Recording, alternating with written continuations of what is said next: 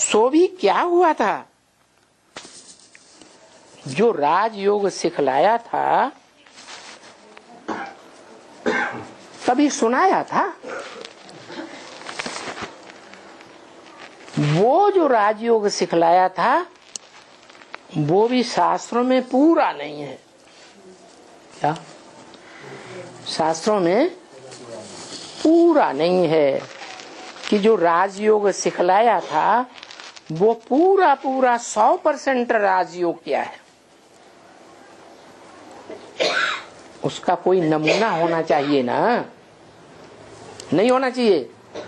उदाहरण होना चाहिए ना, है? नहीं होना चाहिए? भक्ति मार्ग में उसकी यादगार होनी चाहिए ना?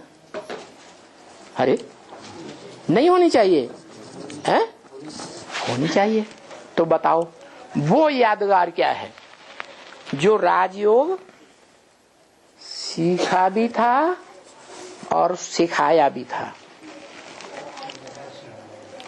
भक्ति मार्ग में उसका फर्स्ट क्लास यादगार क्या है और सारी दुनिया में सार्वभौम यादगार है। हर देश, ज्यादातर देशों की खुदाइयों में हाँ वो ऊंचे से ऊंचा भगवंत का यादगार है। क्या? शिवलिंग के लक्ष्मी नारायण? लक्ष्मी नारायण ऊंचे ते ऊंचे नहीं, रचना है। और देवताएं भी रचना है, शंकर भी है। 3 मूर्तियों में से एक मूर्ति रचना है कि रचयिता है? रचना। याद में बैठा है कि नहीं? जो याद में बैठा है वो संपूर्ण है, ऊंचे ते ऊंचे है या ऊंचे ते ऊंचे बनने वाला है? हैं? बनने वाला है। तो जो राजयोग सुनाया था, राजयोग सिखलाया था, वो भी कभी सुनाया था, वो अभी पूरा नहीं है शास्त्रों में। जरा भी शास्त्रों में पूरा नहीं है। क्या? वो पूरी बात भगवान के सिवाय कोई बता ही नहीं सकता। वो ऊंचे ते ऊंचा भगवंत ही बता सकता है कि वो ऊंचे ते ऊंचा उदाहरण दुनिया में भक्ति मार्ग में कौन सा है? कहते हैं शिवलिंग, लेकिन कोई बताता है ये शिवलिंग क्या है, कौन है? अरे कोई है या नहीं है? हैं? जो शिवलिंग मंदिरों में पुरानों में भी रखा हुआ है और आजू बाजू में उसकी रचना देवताएं बैठे हुए, देवी देवताएं। उन देवी देवताओं के बीच में शंकर को भी रख दिया है। रखा है कि नहीं? तो वो रचना है या रचयिता है? शंकर रचना है और बीच में रचयिता बैठा हुआ है। तो वो कौन है? कब की यादगार है? संगम युग में। किस समय की यादगार? 36 की, 47 की, 76 की। 76 में लक्ष्मी नारायण का जन्म हुआ या शिव बाबा की जयंती हुई, महाशिवरात्रि हो गई? 76 महाशिवरात्रि हुई? नहीं। अरे शास्त्रों में वो पूरा नहीं सुनाया है, जरा भी नहीं है, जैसे कुछ भी नहीं है शास्त्रों में। किसकी बात? ऊंचे ते ऊंचे भगवंत की बात। किस समय का यादगार है? ब्रह्मा कुमारियों से पूछो तो कहेंगे महाशिवरात्रि सन 36 से चली आ रही है, 47 से चली आ रही है? पिछले हिसाब से ही मनाती है ना। लेकिन महाशिवरात्रि तो होती ही तब है जब इस संसार में बड़े ते बड़ी घोर अज्ञान अंधकार की रात्रि हो जाए। दुनिया वाले 500-700 करोड़ तो अज्ञान अंधकार में पड़े ही हुए हैं, लेकिन जो दम भरते हैं कि हमने ब्रह्मा के मुख से भगवान की वाणी सुनी है, वो भी घोर अज्ञान अंधकार में है, क्योंकि उन्होंने बाप को नहीं, उनके बाप ने ही बाप को नहीं पहचाना।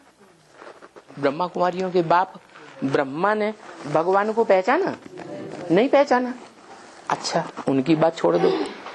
जो एडवांस ज्ञान लेने वाले हैं वो भी नहीं जानते हैं 100% क्या कि वो किस समय की एग्जैक्ट बात है जब ऊंचे से ऊंचा भगवंत प्रत्यक्ष होता है संसार में। कोई कहते 36 में, कोई कहते 47 में ब्रह्मा कुमारी विद्यालय बना, कोई कहते हैं 76 में। अगर बुद्धि में बैठा होता, कोई की बुद्धि में बैठा होता तो आज निश्चय बुद्धि, कल अनिश्चय बुद्धि, ऐसा हो सकता है? अरे कोई कहे ये हमारा बाप है, 99% बाप है, 1% हमें संशय आता है, तो बाप है? तो बताओ, अभी वर्तमान हिसाब से जो भी ब्राह्मण मात्र हैं, चाहे बेसिक हैं चाहे एडवांस वाले हैं, कोई छाती ठोक करके कह सकते हैं कि हमने 100% बाप को पहचान लिया। क्या 100% बाप को पहचान लिया? कोई है?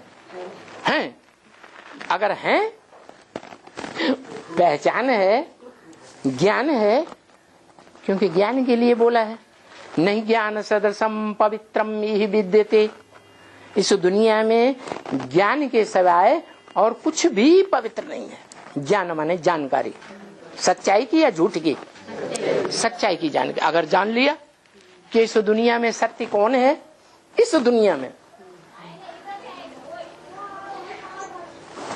उस दुनिया की बात नहीं, निराकारी धाम की, इस दुनिया में सत्य कौन है जो कभी नष्ट ही नहीं होता, उसका आदि नहीं, उसका अंत नहीं।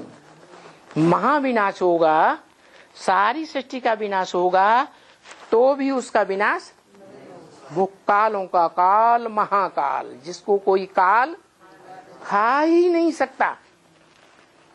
महाकाल इस सारी सृष्टि को खाएगा, लेकिन उसको कोई नहीं खाएगा। तो बताओ, शंकर तो खुद ही आदम बैठा है। शंकर तो मूर्ति है। मूर्ति माने साकार या निराकार? है? मूर्ति माने साकार, मूर्तमान। उसको एवरलास्टिंग निराकार तो नहीं कहेंगे। है? है? कहाँ है?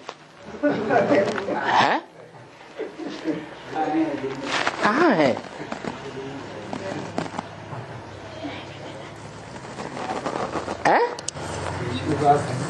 शिव बाप है। शिव बाप तो बिंदी का नाम है। वो साकार सृष्टि का रचयिता कैसे हो सकता? स्वर्ग साकार होगा, नई दुनिया साकार होगी या निराकार होगी? तो साकारी दुनिया का रचयिता भी साकार होना चाहिए। आप कहते हैं शिव बाप, शिव तो बिंदी का नाम है, निराकार का नाम है। निराकार बाप तो है, बाप है तो जरूर बाप से वर्षा मिलता है, लेकिन उस निराकार बाप से क्या वर्षा मिलता है? सुख शांति। है? सुख शांति की वर्षा मिलता है। उसको वो सुख लेता है, तो जब खुद ही नहीं लेता बाप, जो बाप खुद ही धन का उपयोग नहीं करता, धनवान बाप तो है लेकिन खुद ही धन का कभी उपयोग नहीं किया, वो बच्चों को धन कहां से देगा? धनवान बाप होगा तो धन देगा, मल्टी मिलियनर होगा तो मल्टी मिलियन का वर्षा देगा, जमींदार बाप होगा तो जमीन का वर्षा देगा, जमीन जायदाद का। शिव बाप तो निराकार है, उसे निराकारी वर्षा चाहिए। हा? निराकारी वर्षा क्या है? अरे यही पता नहीं है। स्टेज भी बनाई जाती है याद में रह करके, योग में रह करके। वो योग लगाता है, वो लगाता है योग है, उसको योगी कहें है? अगर योगी कहें तो पूछा जाएगा किससे योग लगाते, तो क्या बताएगा वो किससे योग लगाता। योग माने जोड़, 1 और 2 जोड़ो तो 3 हो जाएगा। तो वो योग लगाता है क्या, किससे लगाता है?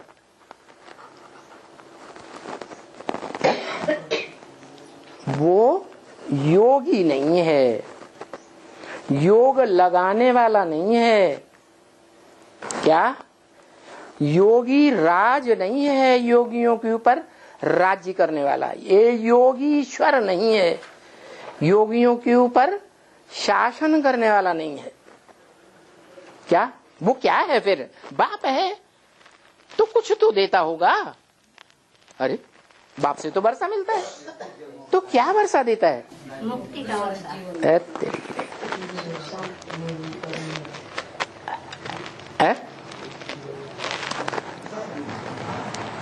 अगर वो मुक्ति का वर्षा देता है तो उससे पूछा जाए कब मुक्त हुआ था, उसने मुक्ति का वर्षा कब पाया, पाया या नहीं पाया? अरे वो तो बंधन में ही नहीं आता, आता है तो मुक्ति का सवाल ही नहीं। तो सवाल यह है, वो बाप है आत्माओं का, और बाप तो वही कहा जाता है जो कुछ देता हो, कुछ नहीं देता। याद में है? ज्ञान है? क्या देता है? जानकारी देता है। काय की जानकारी देता है? सत्य की ज्ञान। वो जन्म मरण के चक्र से न्यारी आत्मा है, इसलिए वो त्रिकालदर्शी है। और हम आत्माएं जन्म मरण के चक्र में आने वाली हैं, इसलिए हम त्रिकालदर्शी पिछले जन्म की सारी बातें भूल जाते हैं। वो त्रिकालदर्शी है, तीनों कालों को जानता है, भूत भविष्य वर्तमान को जानता है, इसलिए सच्ची बात जानता है सृष्टि की। सृष्टि का आदि क्या है, मध्य क्या है, अंत क्या है, वो सब जानता है। सच्चाई उसके पास है। इब्राहिम बुद्ध का सृष्टि के पास भी सच्चाई नहीं। तो क्या वर्षा देता है? सत्य का वर्षा, ज्ञान का वर्षा देता है। अच्छा, ज्ञान का वर्षा देता है। भारतीय परंपरा में ये परंपरा चली आई है कि राजाओं ने अपना वर्षा किसको दिया? बड़े बच्चे को दिया। गीता में तो यही लिखा हुआ है, मम वर्तमान वर्तन्ते मनुष्या पार्थ सर्वश। मेरे रास्ते का ही अनुगमन दुनिया के सभी मनुष्य करते हैं। मैं जिस रास्ते पर चला हूं, दुनिया के मनुष्य भी बाप बनकर वो ही रास्ता अपनाते हैं। तो बताओ, जो शिव बाप है, आत्माओं का बाप है, तो आत्मा रूपी बच्चों में बड़ा बच्चा कौन है? अरे बड़ा बच्चा कोई है या नहीं?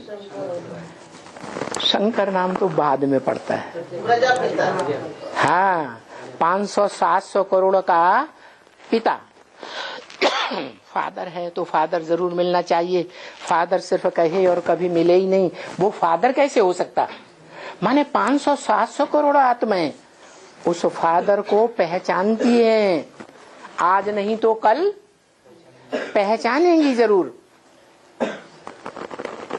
पहचानेंगी और उससे जाकर के मिलेंगी। इसलिए झाड़ के ऊपर बैठा हुआ है अंतिम स्टेज में।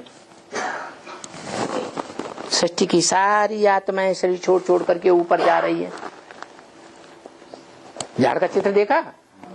आत्माएं जा रही हैं उस तरफ, जा रही हैं और उससे पूरा पूरा मिल रही है। कैसे? मन मना भव, मेरे मन में समा जा। बताओ उसके मन में क्या है? अरे है? उसके मन में क्या है? कोई संकल्प है या निसंकल्प है? संकल्प है, हैं? मन के संकल्पों में समा जा, हैं? मेरे मन के संकल्पों में समा जा। उसका क्या मन का संकल्प है? क्या है? आत्माएं जो सारी ऊपर जा रही हैं, वो पतित से पावन बन चुकी हैं, तभी तो ऊपर जाएंगी, नहीं तो ऊपर कैसे जाएंगी? अरे हम एक बार विकार में गिर जाते हैं तो सारा ज्ञान बुद्धि में से उड़ जाता है। पावन बनेंगी आत्मा तो ऊपर उड़ेगी या नीचे जाएगी? तो ऊपर जा रही है, माने पावन तो बनी है, पावन बनी है, इसलिए ऊंचे ते ऊंचे भगवंत से जाकर मिलेंगी। वो ऊंचे ते ऊंचा भगवंत गीता में गाया हुआ है, अव्यक्त मूर्ति ना। कैसी मूर्ति है?